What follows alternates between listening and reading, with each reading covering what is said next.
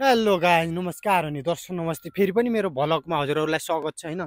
यो चाहिँ देख्न सक्नुहुन्छ तपाईँहरू, यो हाम्रो पुरानो राजाको बस्ती हो के यो। यता माथिनिर चाहिँ मन्दिर छ, त्यहाँ पनि पहिला थेरै थियो, त्यहाँ पनि संरक्षण गरेर त्यहाँ प्लास्टर गरेर राखेको छ। अनि आजकल चाहिँ यो घरलाई पनि संरक्षण गर्ने भन्ने विषयमा छन् के। देख्न सक्नुहुन्छ, जुम गरेर देखाइदिए भाइ, मस्त छ यो। अनि केही हामी नजिक गएर पनि उ गरौँ होला, भित्र चाहिँ त्यो खोक्लो छ। फेरि लाग्दैछ होइन। हाम्रो गाउँतिर नि राजालाई बोलाउन चाहन्छन् जस्तो लाग्दैछ के। काठमाडौँ त राजाको लागि आन्दोलन भएको भएछ।